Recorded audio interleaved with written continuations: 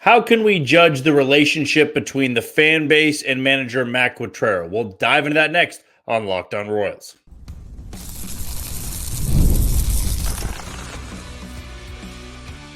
You are Locked On Royals, your daily Kansas City Royals podcast. Part of the Locked On Podcast Network, your team every day. You are tuned into another edition of Locked On Royals on the Locked On Podcast Network. As always, I'm your host, Jack Johnson, and you can find me on Twitter or X at JohnnyJ_15. That's at JOHNYJ_15. You also can find us on wherever you get your podcasts. That can be Spotify, Apple Podcasts, Amazon Music, Google Podcasts. We're on Odyssey, and we're on YouTube. Just be sure to hit that follow button and subscribe. If you are a first-time listener and you want to know a little bit more about the show and maybe me specifically, well, I'm based here in Kansas City. I work at Sports Radio 810 WHB. I do some hosting, some co-hosting, and some producing as well. So I stay pretty busy in the sports world, along with doing this podcast, which comes to you 5 days a week, Monday through Friday, 30-minute episodes, where we talk strictly Royals baseball the entire time. Sometimes we venture into Major League Baseball and some of the big news stories out there, but this is a Royals podcast, and I know for a lot of you listening, you want to know about Royals content. And tonight, that's exactly what we are going to be bringing you. But before we dive into that, I want to let you know that today's show is brought to you by FanDuel. If you're thinking about winning some money, you want to put down some extra cash. Maybe you got it from work. Maybe you got it as a gift and you want to win some money while the NBA Finals is going on. Of course, Major League Baseball is in full swing. There are some great deals running for you at FanDuel, so I suggest you go and create that account after this episode and start winning some money today. We're going to talk about them a little bit more coming up in about 10 to 15 minutes or so. Well, I just got back from Kauffman Stadium. I watched the Royals lose Game 1 to the New York Yankees 4-2. They've now dropped 2 in a row, and they've fallen to 5-8 in this 19-game gauntlet that we have talked about extensively over the last 2 weeks or so. But I leave not really upset. That's just one of those losses in baseball that happened. The New York Yankees are a fantastic baseball team. They didn't even play Aaron Judge tonight, and they still kind of won that game in commanding fashion. Even though it was a 2-run game, they never really seemed like they wavered in the way that the Seattle Mariners did all weekend long at Kauffman Stadium. But we're going to talk about the game itself more so in segment number 2 and about Matt Quatraro and, you know, his decisions in those games, kind of stemming from what we're going to talk about to begin tonight's episode, which is the fans' relationship with a manager. I've been wanting to do this podcast segment for about a couple weeks now because I think, you know, more so than previous years, this has been a game-to-game emotion for a lot of fans out there. And yeah, at times it gets exhausting for me where, you know, you just have to deal with the highs and lows of a lot of people on social media or just that you meet in passing, you talk to. It can be a bit exhausting because for a lot of us, you know that baseball is a long season and you can feel as low as maybe you did last Tuesday when the Royals blew a 5-0 lead, or you can feel as high as you did when they came back and beat the Mariners after trailing 8-0. It feels like with this team, because they are kind of doing the improbable, to be honest, by having this type of season after losing 106, the fan base is so invested game to game. And when things aren't going well or decisions are being made by the manager that don't work out, it's amplified. Last year, for a lot of people, it didn't matter what move Matt Quatraro made in the game when they were winning. And if they lost, so be it. They lost 106 of them. I don't think that decision he made for a loss of 104 or 105 really mattered, really made the difference for a lot of people out there. But when you have winning baseball, when it's different, it's amplified, it's heightened. And I think on Sunday, I saw another boiling point, another breaking point between some fans' relationship with Matt Quatraro and maybe the Royals coaching staff as a whole. Because what I've always believed in baseball, whether you are an avid fan, you're a diehard fan, you always feel like you can make the right decision, right? Sitting on the couch, oh, I would have never gone to this guy. I would have never picked this reliever. Why is James MacArthur still closing out games? Why is so and so in the game at this point? This isn't Little League. What are we doing here? And then there's the side of going, I don't like the decision, but they had their reasons.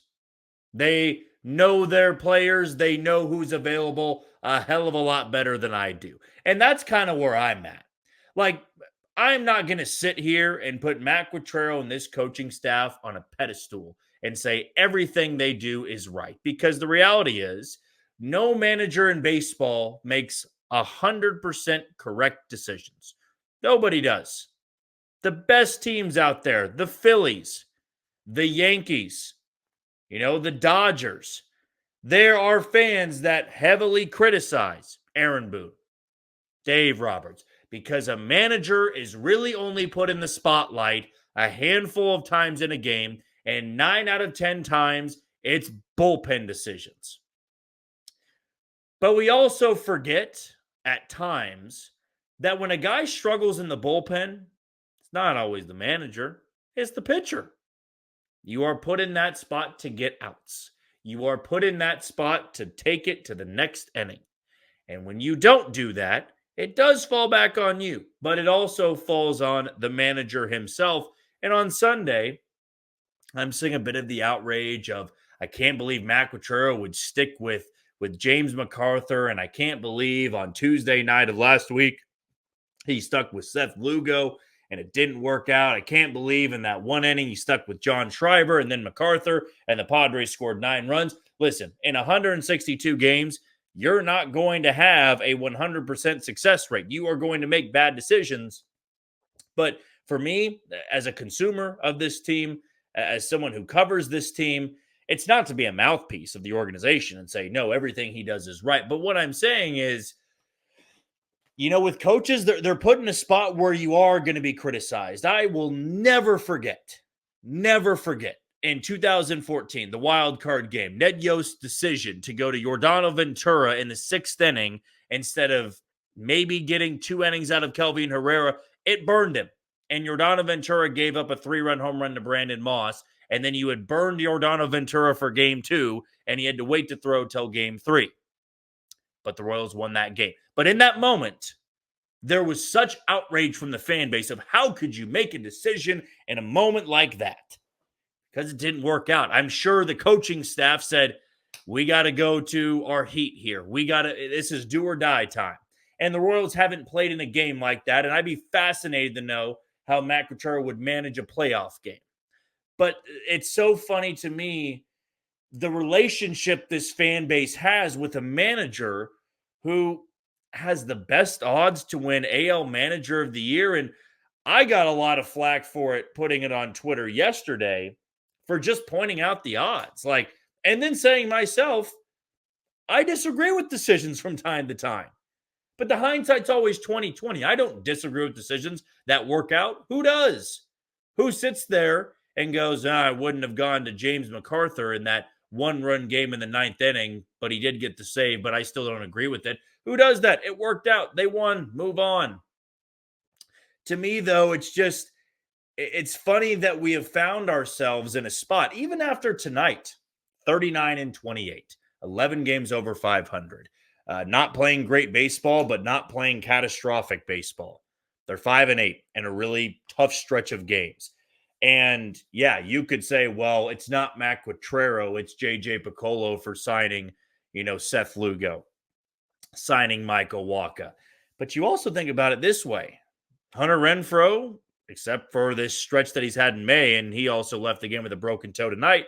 But Hunter Renfroe, Kyle Isbell, MJ Melendez, Michael Massey's injuries. Okay, Adam Frazier, Garrett Hampson, Nelson Velasquez struggling a little bit. Garcia and Vinny Pasquantino going through slumps. There have been things that Matt Quatraro's had to deal with, and yet here we are. And if you're one of the fans that goes, well, they'd be so much better if they weren't so terribly managed, they wouldn't be 11 games over 500 if they were terribly managed. We're trying to act like this Royals team is oozing with talent and is a powerhouse, an alpha, and they're just being held back by their dunderhead of a manager. It's not how I see it. I think it's a little bit of everything. The players are performing, the managers managing well, the coaches are helping out the players, and the front office assembled a team that is competing right now. There's a lot of applause to go around and pats on the back. And if you are that fan that wants to put your, feet in the ground, draw your line in the sand and say, I'm not going to parade around everything, I don't blame you. I just think when I saw it on Sunday, I'm going, man, we are really, really still in that debate of if Matt Quatraro is the right man for the job. And I do believe he's going to have a winning season. I believe he likely has to go to the playoffs this year to get that utmost level of respect from a large portion of the fan base because of how invested a lot of people are right now.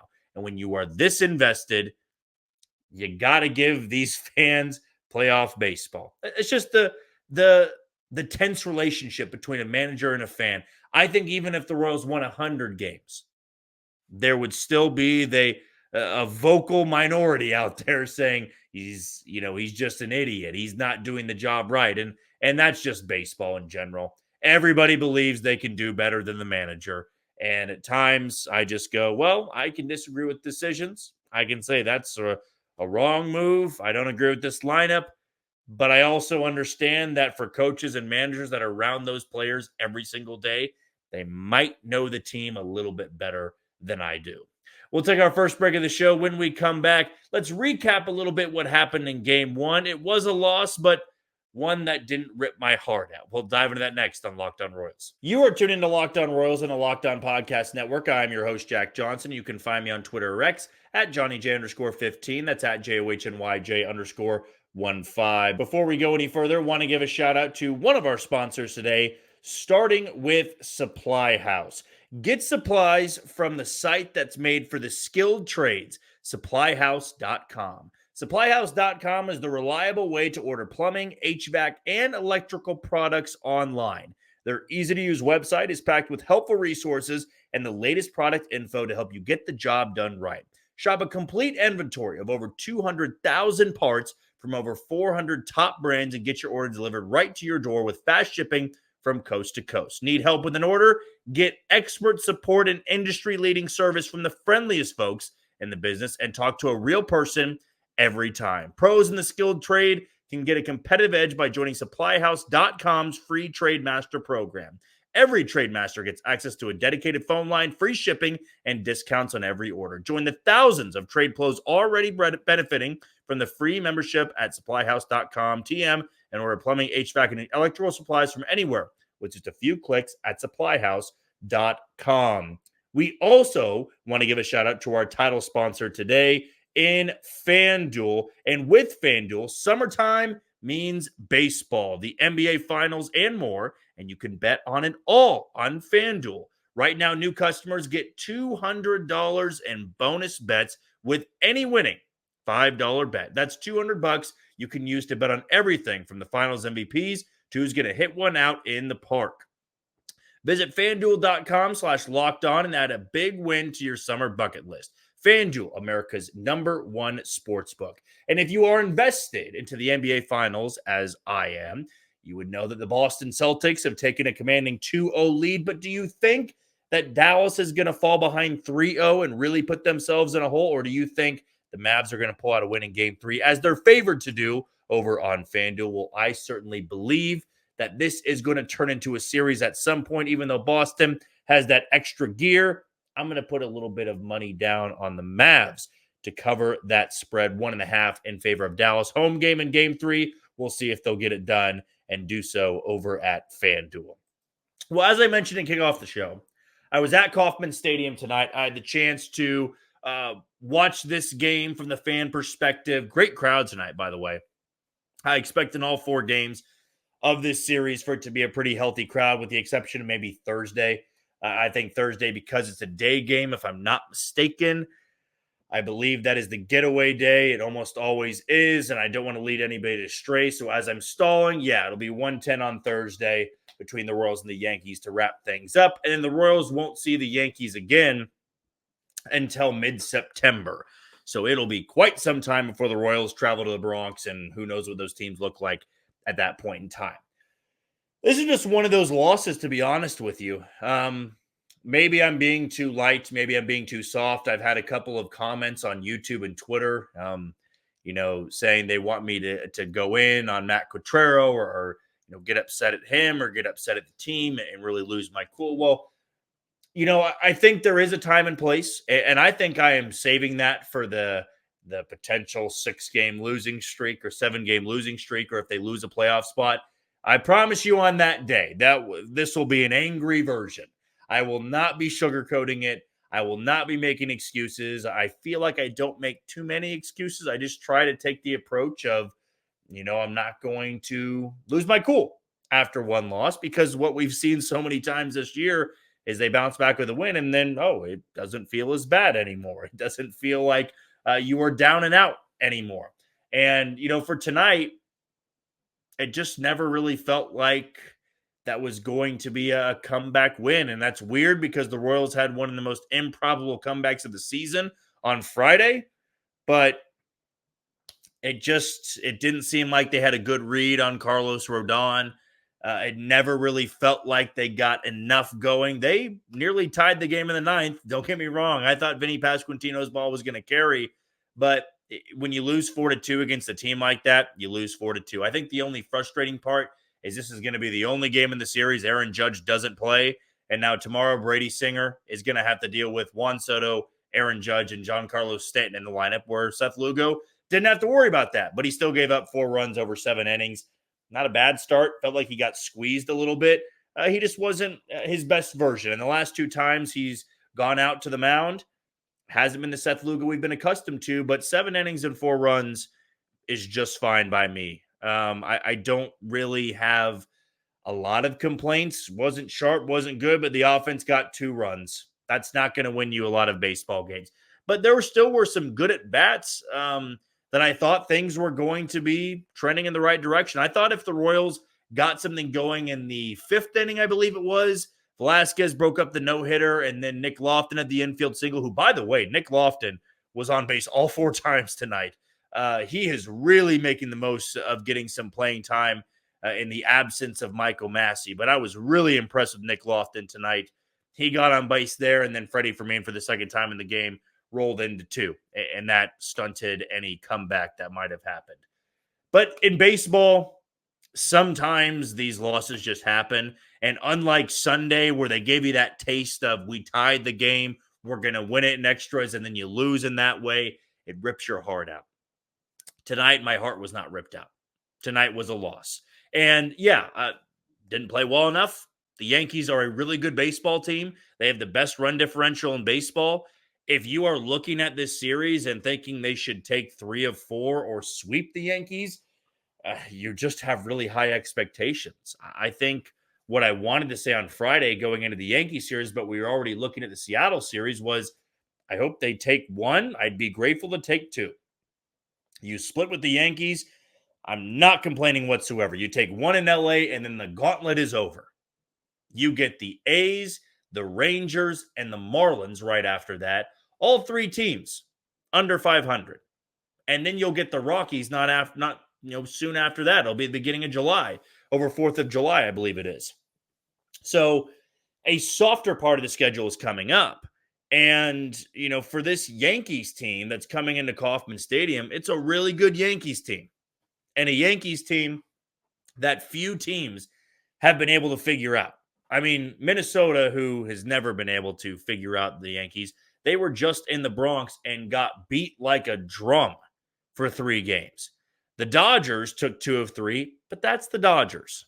That is a very, very good baseball team, an alpha in the National League. And tomorrow night, I see it as an opportunity again, in the same way I saw it as an opportunity in Cleveland for Brady Singer and for this lineup. You get to face Marcus Stroman. Let's see what happens. And if they lose, all right. Now we're going to see what this opener role is going to look like, and if Daniel Lynch can bounce back. And then you were going to see, would that be Alec Marsh? I believe that would be, that should be Alec Marsh, if I'm not mistaken, making the start. And then Cole Reagans and Seth Lugo are going to start game 1 and game 2 in LA. So we'll see what happens at that point in time. But I just don't walk away from game 1 feeling doom and gloom. There are 11 games over 500. And as I said, if you want to rant about it, you want to, come at me and say, you're not evaluating this team the right way. You're being a mouthpiece. I get it, right? I leave the YouTube comments open for a reason, so you can say things like that. And if you're angry, you want to vent, it's the place to do it. Okay, but I'm just saying, I don't leave infuriated. I don't really feel terrible about Lugo's start. The offense wasn't great, but they were fantastic. It can be hit or miss, to be honest with you. Curious, though, the roster move they're going to have to make for Hunter Renfroe, because I do believe he's going to be going on the IL with a fractured toe. That was the word from the clubhouse after the game. So we'll see if it is Drew Waters' time in Kansas City. Okay, before we move on to our final segment, I want to give a shout out to Locked On Sports Today, a free 24/7 sports streaming channel program for you every day to bring you the biggest stories without all the screaming. Locked On Sports Today brings you can't-miss analysis, opinions, and news streaming 24/7 on YouTube or the free Amazon Fire TV channels app. Part of the Locked On Podcast Network, your team every day. Well, one of the bright spots of the game tonight was an unlikely player getting back into the big leagues. We'll talk about that next on Locked On Royals. You are tuned into Locked On Royals on the Locked On Podcast Network. As always, I'm your host, Jack Johnson. You can find me on Twitter or X at JohnnyJ_15. Before our final segment, I want to let you know about LinkedIn Sales Navigator. Now, are you struggling to close deals? Because selling is tougher than ever, and that's why I want to tell you about LinkedIn Sales Navigator. LinkedIn Sales Navigator is a sales intelligence platform that helps professionals effectively prospect and engage high-value customers, drive higher revenue, and increase sales performance. Sales Navigator helps you target the right buyers, surface key signals such as job changes or which accounts you should prioritize, and show you hidden allies so you can find those buyers that are most likely to convert. Fueled by LinkedIn's 1 billion member platform, Sales Navigator gives you the most up-to-date first-party data, enabling you to unlock conversations with the people that matter. Right now, you can try LinkedIn Sales Navigator and get a 60-day free trial at linkedin.com/lockedon. That is linkedin.com/lockedon for a 60-day free trial. Let LinkedIn Sales Navigator help you sell like a superstar today. Just go to linkedin.com/lockedon and get started. Well, I did think it was a cool moment tonight at Kauffman Stadium when Dan Altavilla took the bump. Now, I think there were a couple ways to pronounce it. I had one of my Twitter followers say the broadcast was pronouncing it incorrectly. I've heard Dan Altavilla and Dan Altavilla. So I think it's obviously it's one of the other. But there is a pronunciation sheet in the broadcast booth, so maybe they have it right. I thought it was Dan Altavilla. If I am incorrect, I apologize. I'll need to hear it the next time on the broadcast and maybe go to YouTube and just see the official pronunciation, because sometimes it goes back and forth with a certain player. But the point being, seeing him on the mound tonight was a really cool reminder in baseball that, it really is a sport that continues to amaze you. To put on this show over the course of a couple of months, 162 games. And Denny Matthews has always said it best. Every time you come to the ballpark, you learn something new. You see something that you've never seen before. And tonight was an awesome moment, I think, from a fan perspective, to see this guy come out to the mound. He had just been called up from Omaha. He'd been really good down in the minor leagues, but he hadn't thrown a big league pitch in 3 years. And Andy Rogers put out a tweet that I think makes it even more of a feel-good story, that he is a guy that, was in a dark place and was just injury-ridden, just snake-bitten with injuries, couldn't stay healthy, and had just this lively fastball that never really could be showcased. And then he goes and pitches in the Dominican Winter League, I think it was, over the offseason. I had a chance to talk with him in Surprise. He's a great guy, easy to root for, and didn't have the best of spring, but then goes to Omaha and pitches well enough that he gets a chance in Kansas City and gets to the mound tonight and strikes out the first 2 hitters he faces on 6 pitches. And I wondered in that spot what that feels like for him to be out there on a big league mound in front of a big crowd. You're facing the New York Yankees and you're on a team who is in playoff contention. It's not like he is pitching for a bottom barrel team, the Royals of last year, where, hey, I got back in the big leagues because this team stinks. No, this is a big spot to be in. And I think in the same way Sam Long has earned his spot in the bullpen, if Dan Altavilla can continue to do things like that, run it up 96, 97, that's going to play in the bullpen. We are going to see more of that coming out of the bullpen. And he didn't come in and mop up time. He didn't come in a blowout. He came in a 4-1 game. He had to keep it close, and I'm sure the nerves were through the roof. But baseball can do this for you sometimes and gets to show these things where, a player maybe at one point in time thought it wasn't possible, that a player had almost given up on themselves, and they get to do this again. I mean, I know that Bubba Starling in Kansas City really, was a focal point. And, in the minor leagues constantly, every single year, got hurt or either didn't perform. And then he got that chance in Kansas City. And even though he never stuck, it was that moment of knowing I did it. I can do this.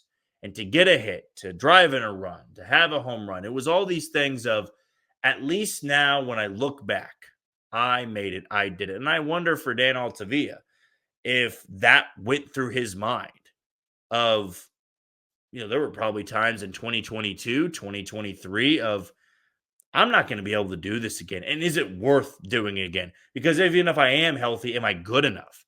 Do I have something that is going to be worth taking a chance on from a big league team?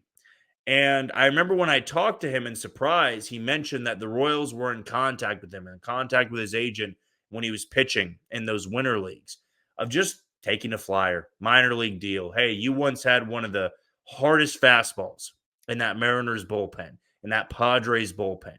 And we feel like if you can stay healthy, you can provide us some innings this year. And who knows? Who knows what he's going to look like? Who knows if that is the best he will ever look, or that's just the start of something. But I can guarantee you, we didn't expect 8 scoreless innings from Sam Long to begin his Royals career. Here we are. For somebody like Dan Altavilla, maybe you have this this moment tonight where it springboards him into a high leverage spot down the road.